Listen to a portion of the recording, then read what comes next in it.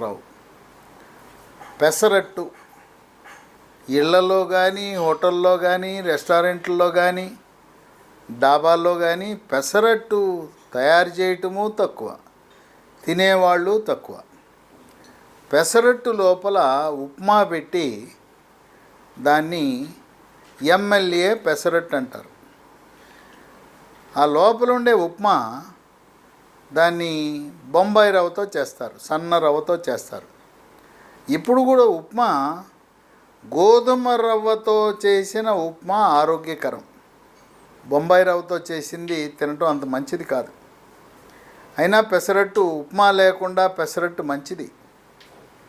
పెసరట్టు లోపల ఉల్లిపాయ, జీలకర్ర, పచ్చిమిరపకాయ ముక్కలు కోసి లోపలేస్తే బ్రహ్మాండంగా ఉంటుంది. పెసరట్టు మనం